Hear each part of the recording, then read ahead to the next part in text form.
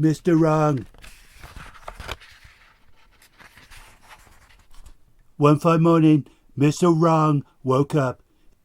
He hadn't slept very well because of the way he'd made his bed the day before. He jumped out of bed, fell over twice, put on his shoes on the wrong feet, went to the bathroom, tripping over the bath mat, squeezed out some toothpaste on the wrong side of the toothbrush, cleaned his teeth, ouch, and went downstairs.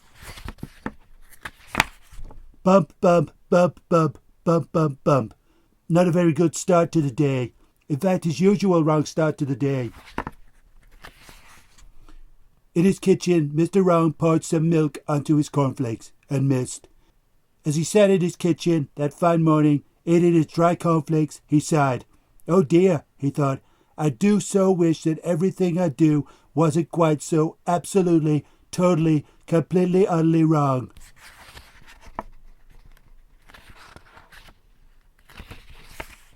So after breakfast, he went for a walk in order to think how he could solve his problem. It took him 10 minutes to get out of the house because he kept trying to open his front door outwards instead of inwards. As he walked along, he passed a worm. Good morning, dog, he said. The worm grinned. He was used to Mr. Wrong. He met a postman. Good morning, Mr. Wrong, called the postman cheerfully. Good morning, doctor, replied Mr. Wrong. Oh dear.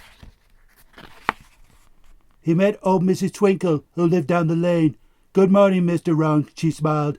Good morning, Mr. Twinkle, replied Mr. Wrong. Oh dear. And then he met somebody he'd never met before. Somebody who sort of looked like him but didn't. Good morning, sir, said that somebody. Good morning, madam, replied Mr. Wrong. I'm Mr. Wrong. I guess that, replied the person. Well, I'm Mr. Right. Now tell me, he went on, why are you walking along looking so miserable? Because, replied Mr. Wrong, I can't do anything right.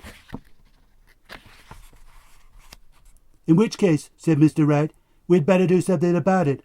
Follow me. And off he set. And off set Mr. Wrong, in the opposite direction.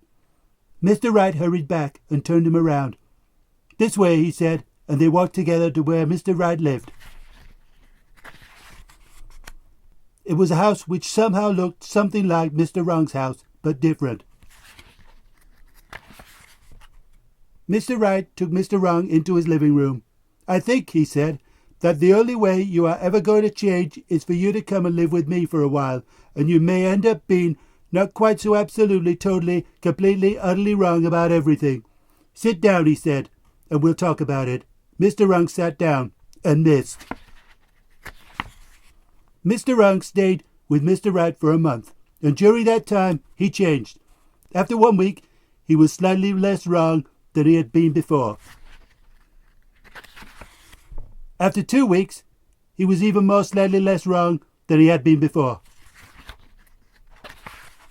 And after a whole 4 weeks, he was a changed Mr. Man. You could hardly tell the difference between him and Mr. Right. Don't you agree? Mr. Right was delighted. Told you, he cried. Told you that everything about you might end up being not quite so absolutely, totally, completely, utterly wrong. In fact, he continued, you've really turned out all right. Mr. Wrong blushed. It was quite the nicest thing anyone had ever said to him in the whole of his life, and he went home and lived happily and right ever after. Now, you probably think that's the end of the story, don't you? Well, it isn't. And the reason it isn't is because of what happened to Mr. Right. The trouble was, you see, that the longer Mr. Wrong had stayed with Mr. Right, and the more right Mr. Wrong became, the more wrong Mr. Right had become. Isn't that extraordinary? Oh dear, Mr. Right said. My plan didn't quite work out the way I'd planned it after all. And he went to bed. In the bath. It's a great story. It's great.